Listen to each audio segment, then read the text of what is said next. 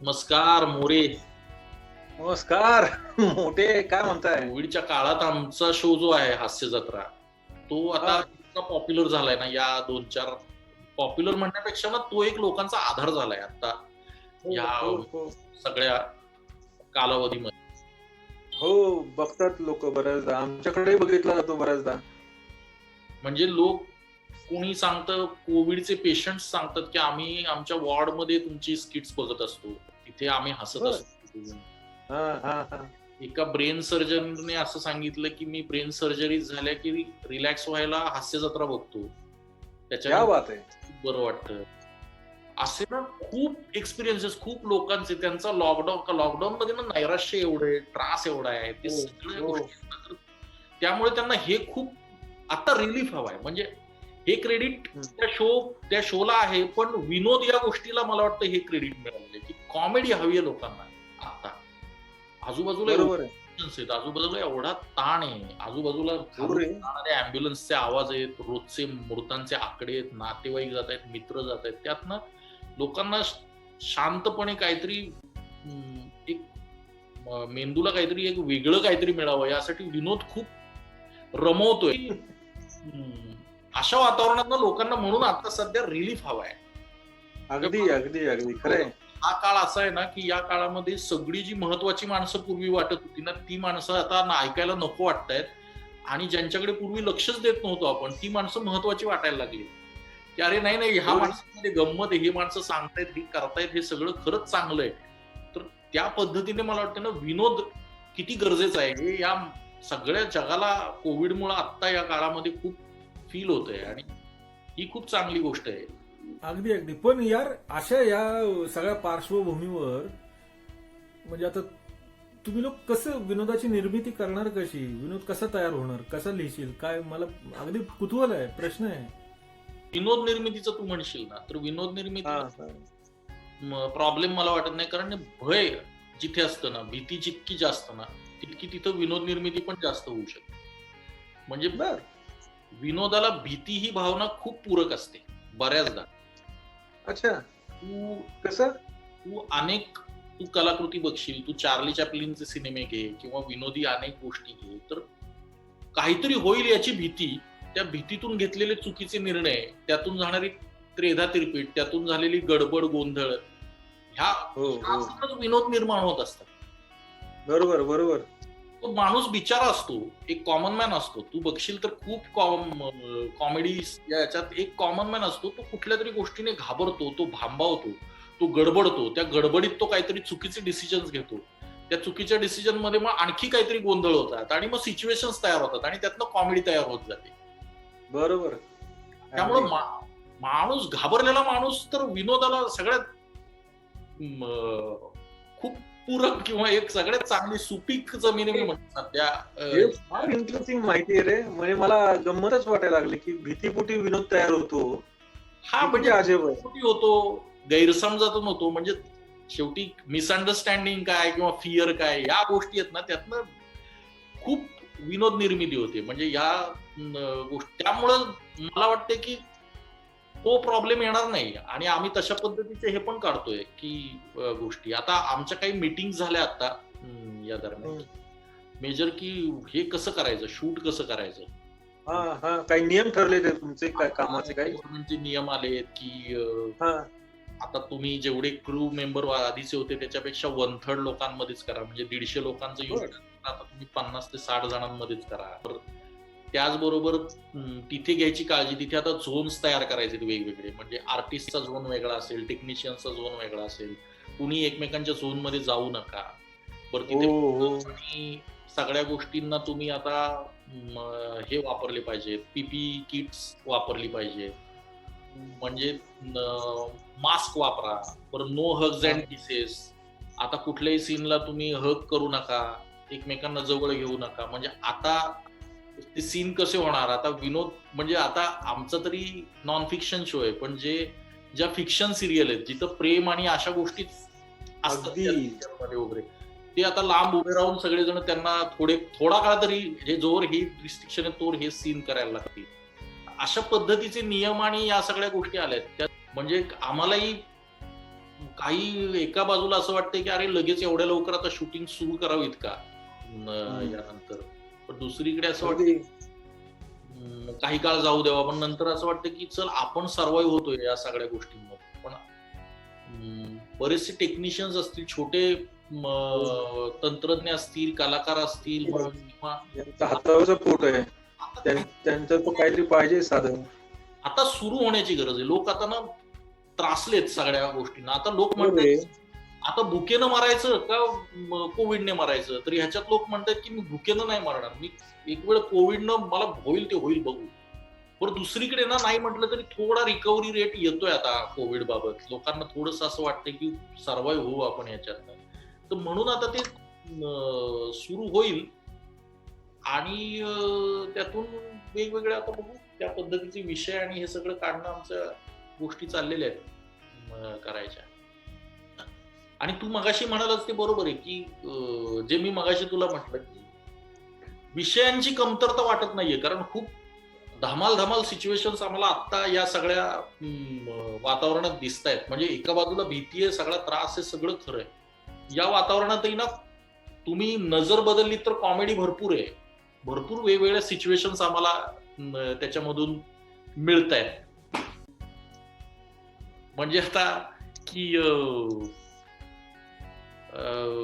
आम्ही एक आता असं म्हटलं की 4 महिने झाले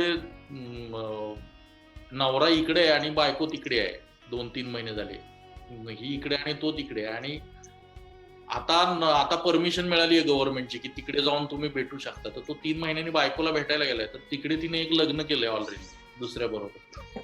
ती म्हणते अरे हा जो मुलगा होता, पोलीस ज्यावेळी सगळ्यांना मारत होते त्यावेळी ह्यानं मला किराणा आणून दिला, त्यावेळी ह्यानं मला मदत केली आणि मला त्यामुळे आणि बिचारा हा एवढं. आणि तू काळजी करू नका, हे लॉकडाऊनचं लग्न आहे, नंतर आपण आपला संसार करू ना. तू तर काय लॉकडाऊनचं लग्न कसलं असतं, असं लॉकडाऊनचं कुठं लग्न असतं का. तर अशा ना एक्झॅगरेटेड जे आपल्याला अतिशयोक्ती अलंकार म्हणतो ना तशा सिच्युएशन्स मिळतात. किंवा सॅनिटायझर, म्हणजे सॅनिटाईज करण्याचं वेळ असं झालंय ना सगळं की माणसं हो अगदी खूपच. म्हणजे लोक बिस्किटचे पुढे साबणानं धुवून घेत आहेत, मग 2 बेवडे जाऊन क्वार्टर घेऊन येतात आणि त्यांचं सॅनिटाईज करण्यातच दारू संपते सगळी. म्हणजे घेऊन येतात, मग त्यातली थोडी वापरतात, कारण एकतर जातात आणि एवढी मोठी रांग आहे दारूच्या दुकानांसमोर की मिळताना त्यांना एक छोटीशी क्वार्टर मिळते. सॅनिटायझर संपतो तर एक जण म्हणतो आपण यातली क्वार्टरच वापरूया थोडी सॅनिटाईज करायला, आणि ती वापरता क्वार्टर संपते त्यांची. तर असे काही सिच्युएशन आहेत. किंवा एक माणूस 3 महिने क्वारंटाईनच होतोय गेले, तो मुंबईतून परमिशन गुपचूप काहीतरी परमिशन काढून कसा बसा गावात पोहोचला, तिथे 14 दिवस क्वारंटाईन झाला. तिथून गावातून त्याला बॉसचं सांगणं आलं की आता सगळं सुरू होणार आहे, तू आला नाहीस मुंबईत तर तुझी वाट लागेल, म्हणून तो तिकडून निघाला. वाटेत येताना कुठल्या तरी स्टेशनवर उतरला तर तो तिथे गावात फिरताना दिसला, म्हणून तिथे 14 दिवस त्याला क्वारंटाईन करून द्यावा. तिथे गेल्यावर तो क्वारंटाईन सेंटर मध्ये क्रिकेट खेळताना सापडला, म्हणून त्याला सक्ती म्हणून क्वारंटाईन ठेवा.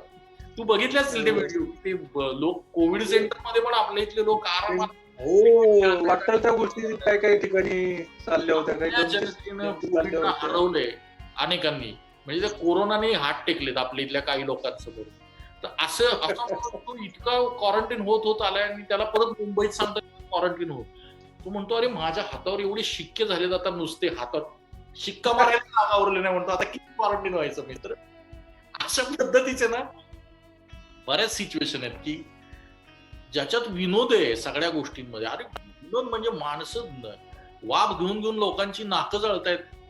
परवा एक जण मला फोन केला, त्याचं नाकाला लाल झालं होतं. म्हटलं काय झालं तुला, तर तो म्हणतो तो जोरात फ्लिप. आणि म्हटलं एवढं म्हणजे तो विषाणू मारायचाच, कोणीतरी सांगितलं ते वाफ गेली की विषाणू मरतो. तर ते सगळं वाफा घेणं म्हणजे दिवसरात्र लोक वाफा घेत आहेत सध्या. तर हे विनोदी या भीतीतनच ह्या सगळ्या विनोद घडतोय.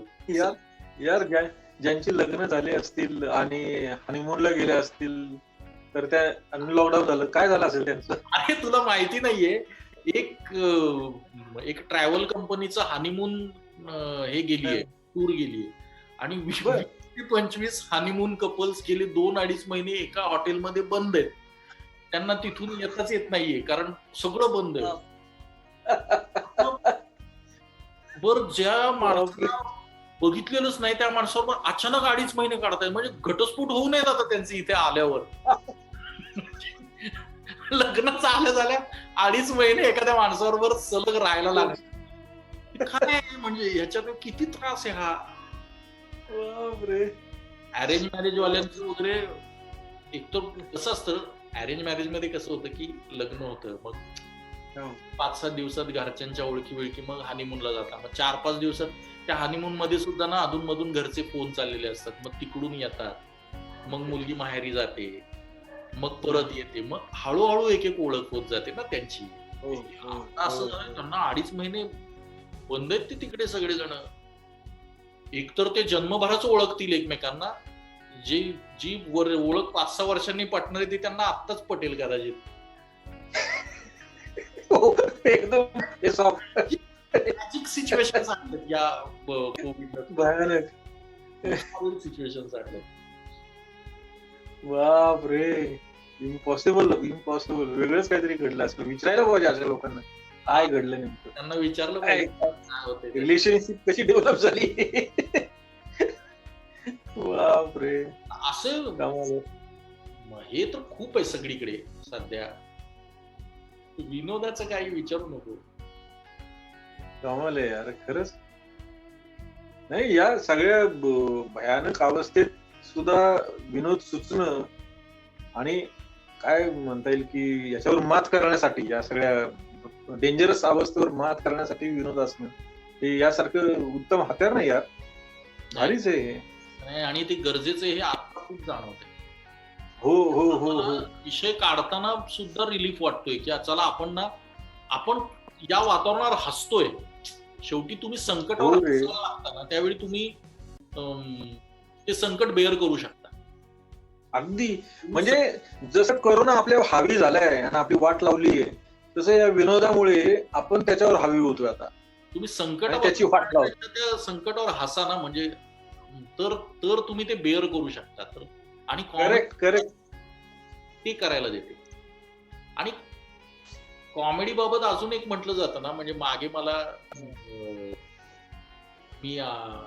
आम्ही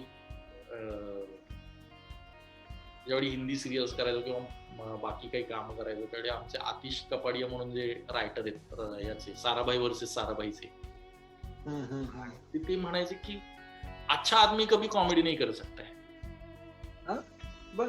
कॉमेडी करने के लिए बुरा आदमी चाहिए. कारण ना त्याच्यात दुर्गुण नसतील ना तर विनोद नाही निर्माण होऊ शकत. एक माणूस सभ्य आहे जो सभ्यपणे राहतो, तो आयुष्यात कोणाशी काहीच वाईट वागत नाही, तो काही झालं तरी काही खोटेपणा करत नाही, काही हे करत नाही,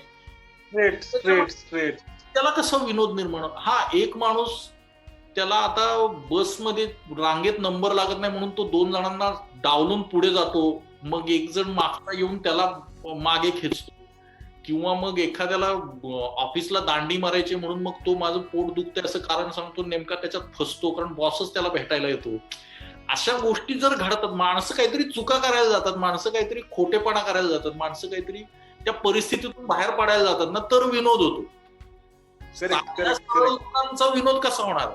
अच्छे आदमी कॉमेडी नहीं कर सकते, बुरे आदमी ही कॉमेडी कर सकते. ड्रामा असतो त्यांच्याकडे. म्हणजे सरळ जगलेल्या माणसाच्या आयुष्याची गोष्ट कशी बनणार मला सांग. काहीच नाही, लिनियर झालं सगळं, प्रोग्रेशनच नाही.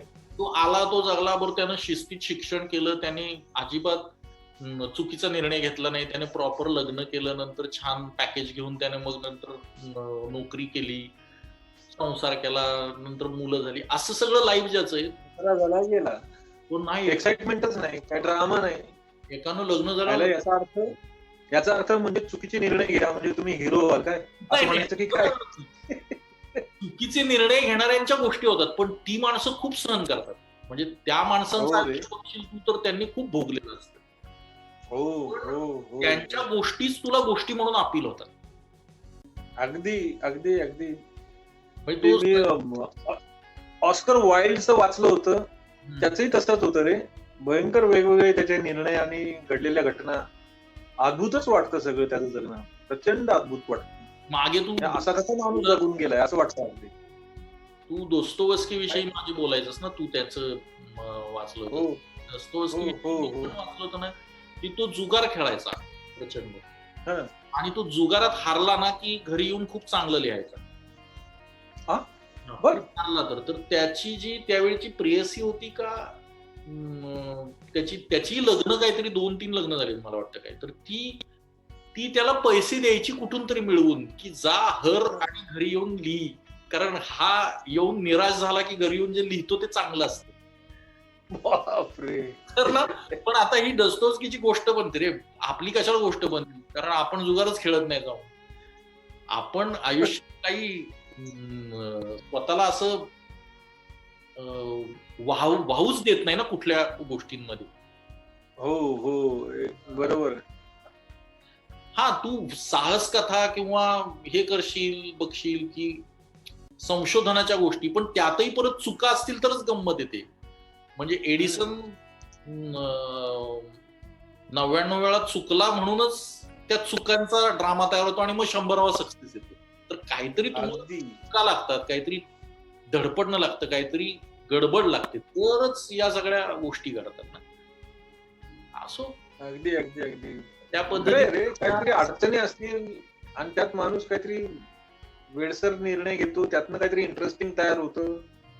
या सगळ्यात एक मनोरंजकता आहेच. खरंच आहे. हो. आणि लोकांना मग ते ऐकायला बघायला आवडतं. एकानं सांगितलं होतं ना की ग्रीक शोकांतिका का झाल्या, एवढ्या गाजल्या का, कारण त्यावेळची ग्रीक संस्कृती एवढी रिच होती, तिथला समाज एवढा सुखी होता की त्याला कलेमध्ये दुःख पाहायला आवडायचं. त्यांना त्यामुळं दुःख अपील व्हायचं आणि मग त्यामुळे तिथं शोकांतिका खूप झाल्या. त्या उलट आपल्या इथे सुखांतिका खूप झाल्या, कारण आजूबाजूला दुःख दैन्य एवढं आहे ना की किमान तिथे तर चांगलं घडू दे, पात्रांचं तर बरं होऊ दे आणि ते सुखानं नांदू लागले हे मला तिथे तर बघायला मिळू दे. म्हणून बहुसंख्य साहित्य आपल्या इथलं काय बाहेर जग आहे ते जे आणि ते सुखानं नांदू लागले ना, त्यामागे हे आहे की बाबा जगात सगळ्यांचं वाईट होतंय, तरी मला किमान गोष्टीत तरी चांगलं घडताना दिसू दे. Correct correct correct. काय इंटलेक्च्युअल प्लेस केल्यात रे या गोष्टी. म्हणजे तुला माहितीये का, मागे चेतन दातारांचं मी कुठेतरी वाचलं होतं, त्यांनी सावल्या नाटक लिहिलं होतं ना, हा ते दुबेजींनी डिरेक्ट केलं होतं ना, त्याच्यात असं काहीतरी आधीच्या ड्राफ्ट मध्ये होतं त्यांच्या की त्यांनी एका बहीण काहीतरी शेवटी सुसाईड करते असं शेवटी काहीतरी लिहिलं होतं, एंड होता.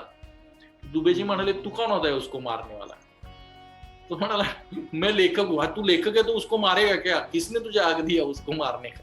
म्हणजे तुझ्या पात्राला मारतोयस का तू, होप दे ना, शेवटी काहीतरी तर होप दे त्या याच्यात. अगदी. तर हे इंटरेस्टिंग आहे की हे लोकांना आनंद हवा आहे आणि म्हणून पण चार्ली चॅपलिनने हे मस्त केलं बरं का. म्हणजे कुठेतरी तो होप पण देत असे बघ. तो आणि तू म्हणतोस तसं ते भय आणि त्यातनं निर्माण होणारा विनोद हे सगळं तो ना तो होतच त्या हसवून शेवटी इमोशनल करायचा. म्हणजे अंतर्मुख व्हायला व्हायचं. बरोबर. हसवायचा आणि मग बरं त्या हसवण्याच्याही मागे एवढं दुःख असायचं ना, एवढा त्रास असायचा ना की त्यामुळे ते खूप अपील व्हायच्या गोष्टी. अरे पण हाईट बघ ना, की जे त्याचे नॉन टॉकी सिनेमे आहेत ते तर भारी होते सगळे, पण जे डायलॉगिकल सिनेमे आहेत ना ते सुद्धा भारी आहेत रे. की द ग्रेट डिक्टेटर किंवा लाईमलाईट सारखे फिल्म बघणार काय अचाट आहे. ते ग्रेट डिक्टेटर मधला संवाद तर अफलातून आहे. मी ग्रेट डिक्टेटर पाहिलेस ते फिल्म बघितलेस? खूप लहानपणी बघितला होता ग्रेट डिक्टेटर, त्यामुळे मला त्यातला आता मला काही सीन आठवतात. तो पृथ्वीच्या गोळ्याबरोबर जो हिटलर पृथ्वी फुटते आणि मग रडायला लागतो, ते सीन लक्षात येत, पण डायलॉगचं मला एवढं. त्या सगळ्या सैनिकांसमोर येऊन उभा राहतो आणि तो सगळ्यात मोठा तो संवाद नाही का, I am sorry, I don't want to be an emperor. That is not my business. I don't want to rule or conquer anyone. I should like to help everyone if possible. Jew, Gentile, black man, white. We all want to help one another. Human beings are like that. We want to live by each other's happiness, not by each other's misery. We don't want to hate or despise one another. In this world, there is room for everyone. The good earth is rich, can provide for everyone. The way of life can be free and beautiful, but we have lost the way. Greed has poisoned men's souls, has barricaded the world with hate, has good stepped us into misery and bloodshed. We have developed speed, but we have shut ourselves in. Machinery that gives us abundance has left us in want. Our knowledge has made us cynical, and our cleverness hard and unkind. We think too much and feel too little. More than machinery, we need humanity. More than cleverness, we need kindness and gentleness. Without these qualities, life will be violent and all will be lost. काय लेवलचं लिहिलंय यार. पाठ करून ठेवला, पाठ झालाय तुला तो. क्या बात आहे यार. अरे मस्त, तू ऐक ना, तुला लय मजा वाटेल. वा वा, आनंद दिला. अरे फार मजा येते तेव्हा ऐकायला, फार सुंदर आहे. मस्त मस्त मस्त वाटलं यार बोलून, मजा आली. भेटूया आता, बघू आमचं तर काय सुरू होईल, कसं तुला सांगतो मी पुढे काय घडतंय ते. अगदी. अरे तुम्ही फार मोठं काम करतात खरंच. म्हणजे मला तसं वाटतं ना की जसे सैनिक लोक काम करतात बॉर्डरवर जाऊन, तसं एक प्रकारे यार तुम्ही घराच्या बाहेर या सगळ्या भीतीच्या अवस्थेत पडतात आणि हसवण्याचं काम करतात यार लोकांना. हे फार म्हणजे सेल्युटेबल आहे, फारच ग्रेट गोष्ट आहे. ओके, चलो मिलेंगे फिर. मिलेंगे चल बाय. येऊ दे कितीही संकट, उपाय आपला साधा, 100 नम्री वादा. समजून उमजून निरकून पारखून, भीतीच्या डोळ्याला डोळा भिडवून, कर तू आता बिंदास 2-2 हात, कर हसून मात. भीतीच्या बुडाला घालून लात, कर हसून मात. ऐका आपली सिंपल बात, कर हसून मात, कर हसून मात.